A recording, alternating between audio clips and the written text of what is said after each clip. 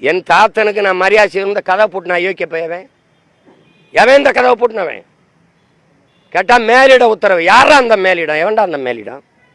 எவன் மேலிடம்? காமராஜருக்கு இங்க இருக்கிற கூட்டத்துக்கும் சம்பந்தம் இருக்கு. கதவை போட்டுறான்னு சொன்ன மேலிடத்துக்கு அவருக்கு என்னடா சம்பந்தம் இருக்கு? யாரா நீ? அந்த கதை வழி வந்து எனக்கு வணக்கம் செலுத்த வைக்கிற நிலைமைக்கு கொண்டு வந்தவன் யாரு? யாரு?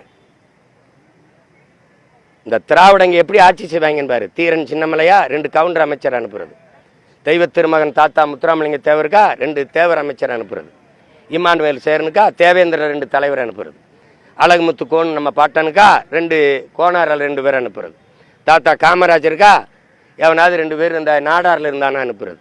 ஆனால் அவங்க அப்பையும் சமாதிக்கு மொத்த பேரையும் கூட்டிகிட்டு போகிறது. இதாண்டா திராவிடம். இதான் திராவிடம். இந்த மண்ணின் தலைவர்களை, எங்கள் முன்னோர்களை, எங்கள் அடையாளங்களை சாதியாக பிளந்து கூறுதள்ளி விட்டுட்டு எங்கள் தாத்தா காகிதம் இல்லத்தா அங்கே 2 இஸ்லாமிய பெரியவர்களை தலைவர்களை அனுப்புறது. ஆனால் இவங்க சமாதிக்கு எல்லாரும் போகணும், எல்லாரும் போய் கூடி கும்மி அடிக்கணும், வணங்கணும்.